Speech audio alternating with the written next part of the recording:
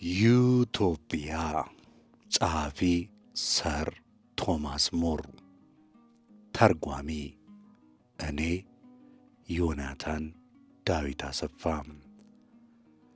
ስለ ምርጡ የሪፐብሊክ መንግሥት አወቃቀርና ስለ አዲሱ የኢትዮጵያ ደሴት ሰር ቶማስ ሞር።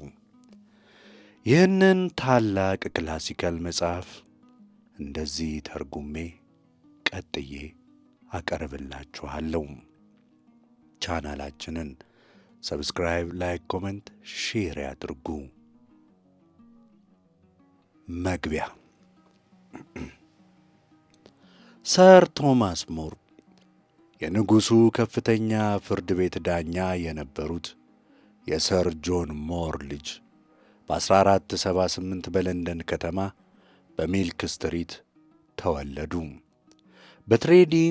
በትሬዲኒድል ስትሪት በሚገኘው የቅዱስ አንቶኒ ትምህርት ቤት የመጀመሪያ ደረጃ ትምህርታቸውን ከተከታተሉ በኋላ በልጅነታቸው የካንተርበሪ ሊቀ ጳጳስና የሎርድ ቻንስለር ማለትም የፍትሕ ሚኒስትር በነበሩት በካርዲናል ጆን ሞርተን ቤት ውስጥ እንዲኖሩ ተደረገ።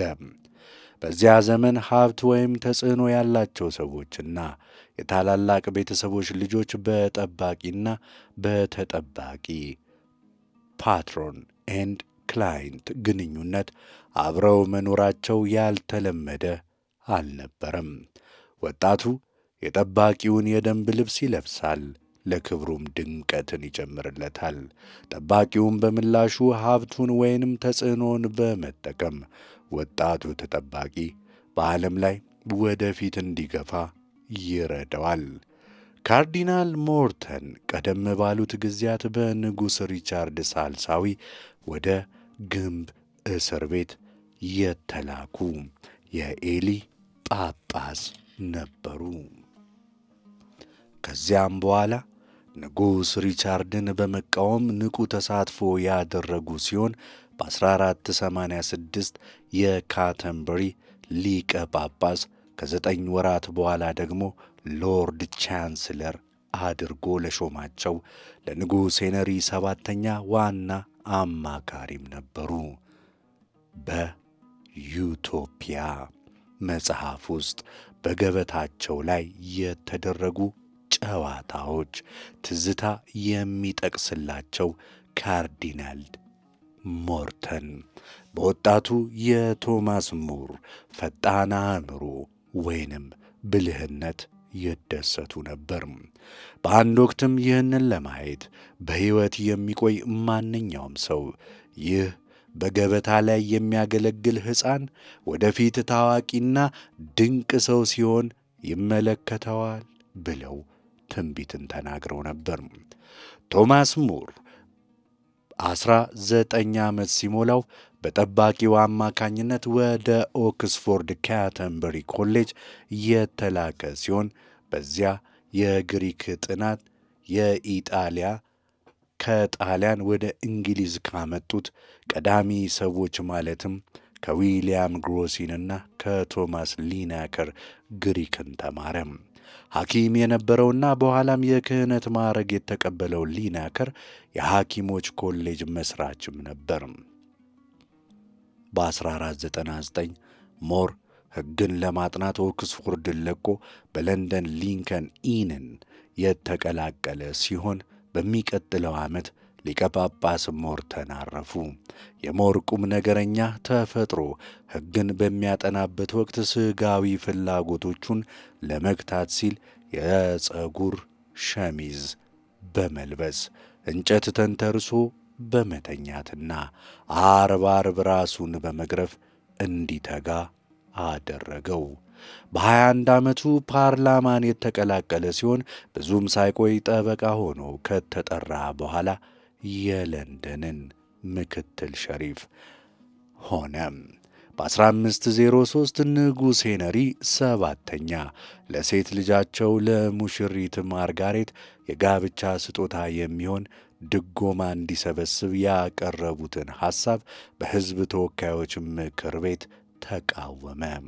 ተቃውሟቸውም እጅግ ጠንካራ ከመሆኑ የተነሳ ምክር ቤቱ ድጎማውን ለመፍቀድ ፍቃደኛም አልሆነም።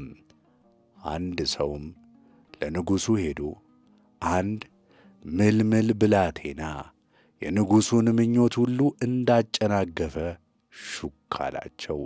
ስለዚህም በሄነሪ ሰባተኛ የመጨረሻ ዓመታት ሞር በንጉሡ ቁጣ ስር ስለነበሩ አገሪቱን ለቀው ለመውጣት አስበው ጭምር ነበር። ሄነሪ ሰባተኛ በሚያዝያ 1509 ሲያርፉ የሞር ዕድሜ ከ30 ዓመት በትንሹ ከፍ ብሎ ነበር። በንጉሥ ሄነሪ ስምንተኛ የግዛት ዘመን መጀመሪያ ዓመታት በሕግ ሸንጎዎች ውስጥ ከፍተኛ ተቀባይነትን አገኙ። ፍትሐዊ አይደሉም ብለው ያመኑባቸውን ጉዳዮች ለመከራከር ፈቃደኛ እንደማይሆኑና ከመበለቶች፣ ከወላጅ አልባ ሕፃናት ወይም ከድሆች ክፍያ እንደማይቀበሉ ይነገር ነበር። በኤሴክስ ኒውሆል ነዋሪ የሆኑት የጆን ኮልትን ሁለተኛ ሴት ልጅ ማግባት ይመርጡ የነበረ ቢሆንም ታላቅ እህቷ እንደተጣለች ወይም እንደተረሳች ሆና እንዳይሰማትና ስሟ እንዳይጠፋ ሲሉ እሷን መረጡ። በ1513 የለንደን ምክትል ሸሪፍ የነበሩት ቶማስ ሙር የንጉሥ ኤድዋርድ አምስተኛ ሕይወትና ሞት እንዲሁም የሪቻርድ ሳልሳዊ የዙፋን 29 ንጥቂያ ታሪክ የተሰኘውን መጽሐፋቸውን እንደጻፉ ይነገራል። የሞርን ጠባቂ የሞርተንን ዕውቀት እና ማስተያየቶች የያዘው ይህ መጽሐፍ የጸሐፊው ከሞቱ ከ22 ዓመታት በኋላ በ1557 የታተመው ማለት ነው። የታተመውም በሞር የእጅ ጽሑፍ ከተጻፈ ረቂቅ ላይ ነበር። በ1515 የዮርክ ሊቀ ጳጳስ የነበሩት ዌልሴ በሊዮ እስረኛ ካርዲናል ተደረጉ። ሄነሪ ስምንተኛም ሎርድ ቻንስለር አድርገው ሾሟቸው። ከዚያ ዓመት ጀምሮ እስከ 1523 ድረስ ንጉሡና ካርዲናሉ ፓርላማን ሳይጠሩ እንግሊዝን በፍጹም ሥልጣን ገዙ። በግንቦት 1515 ቶማስ ሙር ገና ናይትነት ወይም የክብር ማዕረግ ያላገኙ ቢሆንም ከካትበርት ታንስታሉ እና ከሌሎች ጋር በመሆን ወደ ታችኞቹ አገሮች በሚላክ ልዑክ ቡድን ውስጥ ተካተቱ። ተልእኳቸው በወቅቱ የኦስትሪያ አርክ ዱክ ከነበሩት ከቻርልስ አምስተኛ አምባሳደሮች ጋር ስለ ግንኙነት መታደስ ለመወያየት ነበር። በዚያ ልዑክ ውስጥ ዕድሜያቸው 37 የሚሆን ሞር በእንግሊዝ ለ6 ወራት የራቁ ሲሆን በአንትወርፕ ሳሉ ከፒተር ጂልስ በላቲን ኢጂ ዲየስ ጋር ወዳጅነትን መሠረቱ። እኚህ ሰው ምሁር፣ ጨዋና የአንትወርክ ማዘጋጃ ቤት ጸሐፊም ነበሩ።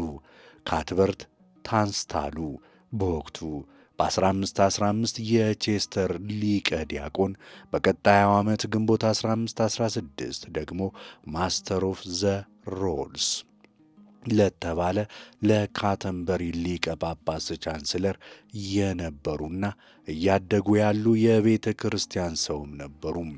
በ1516 እንደገና ወደ ታችኞቹ አገሮች የተላኩ ሲሆን በዚያ ጊዜ ሞር አብረዋቸው ወደ ብራሰልስ በመሄድ በኢራስመስ ጋር የጠበቀ ወዳጅነትን መሠረቱ። የሞር ዩቶፒያ የተጻፈው በላቲን ሲሆን 2 ክፍሎችም አሉት። ከእነዚህ ውስጥ ቦታውን የሚገልጸው ሁለተኛው ክፍል ኑስ ኳማ፣ አንዳንድ ጊዜ በደብዳቤዎቻቸው የትም ቦታ ወይም ኖዌር እያሉ ይጠሩት ነበር። ምናልባትም በ1515 ማብቂያ አካባቢ ተጽፎ ሊሆን ይችላል። የመግቢያ ክፍል የሆነው የመጀመሪያው ክፍል ደግሞ በ1516 መጀመሪያ አካባቢ ተጽፏል። መጽሐፉ ለመጀመሪያ ጊዜ በሉቫን በ1516 ማብቂያ ላይ በኢራስመስ በፒተር ጂልስና በሌሎች የሞር ወዳጆች አርታይነት ታተመ። ከዚያም በሞር ተሻሽሎ በህዳር 1518 በባዘል በፍኖቤኒየስ ታተመ። በፓሪስና በቪየና እንደገና ታተመ።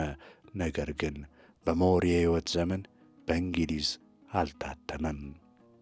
በዚህ ሀገር ማለትም በእንግሊዝ ለመጀመሪያ ጊዜ የታተመው በኤድዋርድ ስድስተኛ የግዛት ዘመን በ1551 በራልፍ ሮቢንሰን በተሠራው የእንግሊዘኛ ትርጉም አማካኝነት ነው።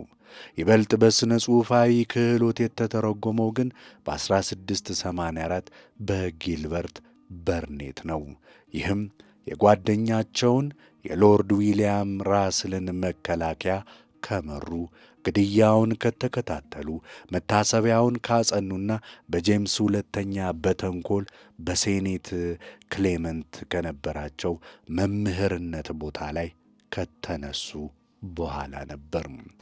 በርኔት ዩቶፒያን ለመተርጎም የተነሳሱት ሞር መጽሐፉን እንዲጽፍ ባነሳሳው በዚያ በከፍተኛ ቦታዎች ላይ በነበረው ምክንያታዊነት የጎደለው አሰራር ምክንያት ነው። በዚህ መጽሐፍ ውስጥ የቀረበው የበርኔት ትርጉም የመጽሐፉ ስም ለቋንቋችን አንድ ቅጽል ወይም አድጀክቲቭ አበርክቷል። እኛም ተግባራዊ ሊሆን የማይችልን ዕቅድ ዩቶፒያን እንለዋለን። ሆኖም በጨዋታ መልክ በቀረበ ልቦለድ ሽፋን ስር ንግግሩ እጅግ ቁም ነገረኛና በተግባራዊ ምክሮች የተሞላም ነው። ይህ መጽሐፍ በወቅቱ የነበሩትን ዋና ዋና የፖለቲካና የማኅበራዊ ቀውሶች በራሱ መንገድ የተቸ የአንድ ምሁርና ብልህ እንግሊዛዊ ሥራ ነው። ሞር በእውነት ላይ በመመስረት የንጉሡ ግርማ ሞገስ በቅርቡ የሰው ሁሉ ደስታ በሆነ ሁኔታ የማስተር ኦፍ ዘ ሮልስ ሹመት ከሰጣቸው ከካትበርት ታንስታሉ ጋር ወደ ፍላንደርስ እንዴት እንደተላኩ በመተረክ ይጀምራል። የቻርልስ ኮሚሽነሮች እንዴት በብሩጅ እንዳገኟቸውና ለተጨማሪ መመሪያዎች ወደ ብራሰልስ እንደተመለሱ ከዚያም ሞር ወደ አንትወርፕ ሄዶ ከሚስቱና ከልጆቹ ለ4 ወራት በመለየቱ የተፈጠረበትን ናፍቆት ጭምር ያስታገሰለትን የፒተር ጂልሰን ማኅበር እንዴት እንዳገኘ ይተርካል። ከዚያም እውነታው ወደ ልብ ወለድነት የሚሸጋገረው ራፋኤል ሂትሎዳን ማለትም ስሙ ከሁለት የግሪክ ቃላት የተገኘ ሲሆን ትርጉሙም ተራ ነገሮችን የሚያውቅ ማለት ነው፣ በማግኘት ነው። ይህ ሰው በቅርቡ በተገኘው አዲስ ዓለም በተደረጉት የመጨረሻዎቹ 3 ጉዞዎች ከአሜሪጎ ቬስፑቺ ጋር የነበረ ሲሆን የጉዞ ዘገባ ኢትዮጵያ ከመጻፉ ከ9 ዓመታት በፊት በ1507 ታትሞ ነበር። ሆን ተብሎ በዝርዝር ጉዳዮች ላይ አስገራሚ ሆኖ የተቀረጸው ዩቶፒያ የፕሌቶን ሪፐብሊክ ባነበበና የፕሉታርክን በሊኩርጉስ ዘመን ስለነበረው የስፓርታውያን ሕይወት የሚተርከውን ጽሑፍ ካነበበ በኋላ እሳቤው በተቀሰቀሰ ምሁር የተሠራ ነው። የተወሰነ የጨዋታ ግነት በታከለበት የጋራ ንብረት አይዲየል ኮሚኒዝም ጽንሰ ሐሳብ ሽፋን ስር ክቡር የሆነ የእንግሊዛውያን የክርክር ጭብጥ አለ። አንዳንዴ ሞር ስለ እንግሊዝ ለመናገር ሲፈልግ ጉዳዩን የፈረንሳይ አስመስሎ ያቀርበዋል። አንዳንድ ጊዜ መጽሐፉ በሄንሪ 8ኛ ፖሊሲ ላይ እንደተሰነዘረ የፖለቲካ ጥቃት ተደርጎ እንዳይወቀስ ደግሞ የክርስቲያን ንጉሶች ታማኝነት በለበጣ ያሞካሸዋል። ኢራስመስ በ1517 ለጓደኛው በጻፈው ደብዳቤ የሙርን ኢትዮጵያ ካላነበበውና የፖለቲካዊ ቀውሶችን እውነተኛ የሆነ ምንጭ ለማየት ከፈለገ መጽሐፉን ሊልክለት እንደሚችል ገልጾ ጽፎ ነበር። ለሙርም ኢራስመስ ስለ መጽሐፉ ሲጽፍ አንድ የአንትወርክ ከተማ አስተዳዳሪ በመጽሐፉ ከመደሰቱ የተነሳ በቃሉ አጥንቶታል ብሎ ነበር ይለናል።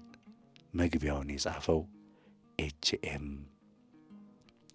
ይህንን መጽሐፍ እንግዲህ ቀጥለን እናያለን። የራፋኤል ሂትሎዳይ ንግግሮች ስለ ምርጡ የሕዝብ አስተዳደር ኮመንዌልዝ ሁኔታ፣ ታላቅ ንጉሥን በሚመጥኑ በጎ ምግባራት ሁሉ ያጌጡት ያልተሸነፉት የእንግሊዝ ንጉሥ ሄንሪ ስምንተኛ እጅግ የተረጋጉት የካስቲል ልዑል ከሆነችው ከቻርልስ ጋር የነበራቸውን ትልቅ ልዩነት ለመፍታትና ጉዳዮችን ለማስማማት እንደ አምባሳደር ወደ ፍላንደርስ ላኩኝ። እኔም ንጉሡ በታላቅ የሕዝብ ድጋፍ በቅርቡ ማስተር ኦፍ ዘ ሮልስ አድርገው ለሾሙት ለዚያ ወደር የለሽ ሰው ለካትበርት ታንስታሉ የሥራ ባልደረባና አጋር ነበርኩ። ስለ እሱ ግን ምንም አልልም። ይህን የማደርገው ግን የጓደኛ ምስክርነት አድሎ አለበት ተብሎ ስለሚጠረጠርም አይደለም። ይልቁንም የእሱ ዕውቀትና በጎ ምግባራት እኔ ከምሰጠው የምስክርነት ቃል በላይ ታላቅ ስለሆኑና በሰዎች ዘንድ በደንብ ስለሚታወቁ የእኔን ውዳሴ ጭምር ስለማይሹ ይሆናል። እንዲያውም በምሳሌ እንደሚባለው ለፀሐይ ፋኖስ የማብራት ያህል እንዳይሆንብኝ ነው። ከእኛ ጋር እንዲደራደሩ በልዑሉ የተሾሙት ሰዎች በስምምነቱ መሠረት ብሩጅ ላይ ተገናኙን። ሁሉም የተከበሩ ሰዎች ነበሩ። የብሩጅ ማርግራቭ መሪያቸውና ከእነሱ መካከል ዋነኛው ሰው ነበር። ነገር ግን ከሁሉ ይልቅ ጠቢብ እንደሆነ የሚታሰበውና ለቀሪዎቹ የሚናገረው የካሴሊስ ፕሮቮስት የነበረው ጆርጅ ቴምስ ነበር። ጥበብም ሆነ ተፈጥሮ እርሱን አንደበተ ርቱዕ ለማድረግ አብረው ተባብረውበታል። በሕግ ጉዳይም እጅግ የተራቀቀ ነው። ታላቅ የመረዳት አቅም እንደነበረው ሁሉ ጉዳዮችን ለረጅም ጊዜ በመለማመዱ የተወሳሰቡ ነገሮችን በመፍታት ረገድ እጅግ የተካነ ነው። በተደጋጋሚ ተገናኝተን ወደ ስምምነት መምጣት ባለመቻላችን የልዑሉን ፍላጎት ለማወቅ ለተወሰኑ ቀናት ወደ ብራሰልስ ሄዱ። የእኛም ጉዳይ ስለፈቀደልን እኔ ወደ አንትወርፕ ሄድኩ። እዚያ በነበርኩበት ጊዜ ከጎበኙኝ በርካታ ሰዎች መካከል በትውልዱ የአንትወርፕ ሰው የሆነው የፒተር ጂልስ ከማንም በላይ ለእኔ ተቀባይነት የነበረው ሰው ነው። ይህ ሰው ከሚገባው ያነሰ ቦታ ቢሰጠውም በከተማው ውስጥ ታላቅ ክብርና መልካም ደረጃ ያለው ሰው ነው። ምክንያቱም በየትኛውም ቦታ ቢሆንም ከእርሱ የበለጠ የተማረና መልካም አስተዳደግ ያለው ወጣት ስለመኖሩ አላውቅም። እርሱ እጅግ የተከበረና አዋቂ ሰው እንደመሆኑ ለሰዎች ሁሉ ትሑት፣ በተለይም ለጓደኞቹ ደግ፣ እንዲሁም ግልጽነትና ፍቅር የተሞላበት በመሆኑ በሁሉም ረገድ እንዲህ አይነት ፍጹም ወዳጅ የሚሆን ሰው ምናልባት ከአንድ ወይም ከሁለት በላይ አይገኝም።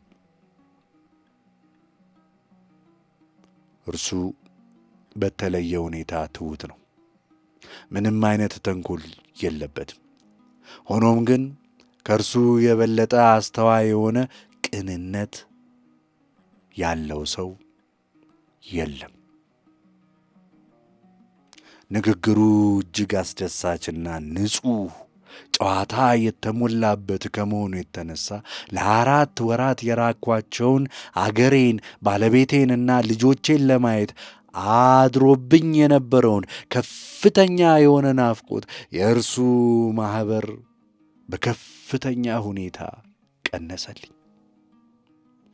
አንድ ቀን በአንትወርፕ ከሚገኙ ሁሉ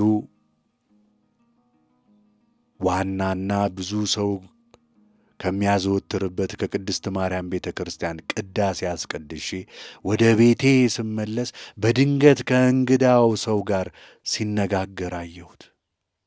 ይህ ሰው የወጣትነት ዘመኑ ያለፈበት ይመስል ነበር። ፊቱ በፀሐይ የጠቆረ ረዥም ሪዝ ያለው እና ካባውን ችላ ብሎ የጣለ በመሆኑ የአኳኋኑና ከአለባበሱ መርከበኛ ነው ብዬ ደመደምኩኝ። ፒተር እኔን እንዳየኝ መጥቶ ሰላም አለኝ። እኔም ሰላምታውን ስመልስለት ወደ ጎን ወስዶኝ አብሮት ይነጋገር የነበረውን ሰው አሳየኝ። ያንን ሰው ታየዋለህ? ልክ ወደ አንተ ላመጣው አስቤ ነበር አለኝ። እኔም ስለ አንተ ክብር ሲባል በደስታ አቀበለው ነበር ብዬ መለስኩለት። እሱም ስለ ራሱም ክብር ሲባል ነው እንጂ አለኝ። ምክንያቱም ይህ ሰው አንተ እጅግ እንደምትፈልገው የማውቀውን ስለማይታወቁ ሕዝቦችና አገሮች እንደ እርሱ አብራርቶ ሊነግር የሚችል በሕይወት ያለ ሰው የለምና ሲለኝ፣ እንግዲያውስ አልኩ። ግምቴ አልተሳሳተም ማለት ነው። በመጀመሪያ እይታ በመርከበኛ መስሎኝ ነበር። እሱም በጣም ተሳስተሃል አለኝ። ምክንያቱም እንደ መርከበኛ ሳይሆን እንደ ተጓዥ ወይም እንደ ፈላስፋ ነው የተጓዘው። ይህ ራፋኤል ከቤተሰቡ ስም ሂትሎዳይን የወሰደው የላቲን ቋንቋን የማያውቅ ባይሆንም የግሪክ ቋንቋን ግን ጠንቅቆ የሚያውቅ ራሱን ለፍልስፍና አሳልፎ ስለሰጠ ከላቲን ይልቅ ለግሪኩ ትኩረትን ሰጥቷል። ምክንያቱም ሮማውያን ከሴኔካና ከሲሲሮ በስተቀር በፍልስፍና ረገድ ጠቃሚ የሆነ ቅርስ እንዳልተዉ ያውቃልና። በትውልዱ ፖርቹጋላዊ ሲሆን ዓለምን ለማየት ካለው ከፍተኛ ፍላጎት የተነሳ ንብረቱን ለወንድሞቹ አከፋፍሎ እንደ አሜሪጎ ቬስፑቺ አይነት አደጋን ለመጋፈጥ ቆርጦ ተነሳ። አሁን ከታተሙት የአሜሪጎ 4 ጉዞዎች ውስጥ በ3ቱ አብሮ ተሳትፏል። ነገር ግን በንጉሥ ትእዛዝ በግዳጅ ማለት ይቻላል ወደ ኒውካስትል በተደረገው የመጨረሻ ጉዞ ላይ በሩቅ ቦታ ከተተዉት 24 ሰዎች መካከል አንዱ እንዲሆን ስለተፈቀደለት በዚያ ቀረ እንጂ በመጨረሻው ጉዞ አብሮ አልተመለሰም። በዚህ ሁኔታ እዚያ መቅረቱ በሀገሩ ተቀብሮ ከመቅረት ይልቅ ዓለምን መዞር ስለሚወድ ለእርሱ ትልቅ እርካታን ሰጠው። ምክንያቱም ወደ ሰማይ የሚወስደው መንገድ ከሁሉም ቦታዎች አንድ ነው እና መቃብር የሌለው ሰው ሰማዩ ከላዩ አለለት የሚሉትን አባባሎች ደጋግሞ ይጠቀም ነበርና ነው።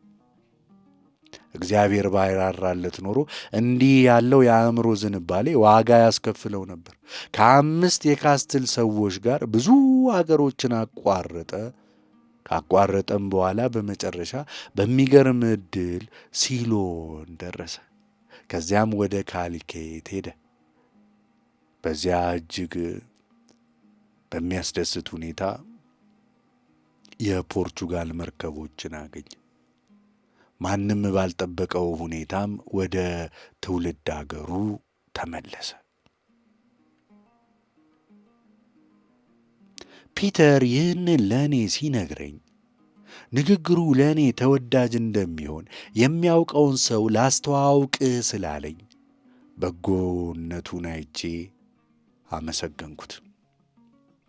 ከዚያም ራፋኤልና እኔ ተቃቀፍን።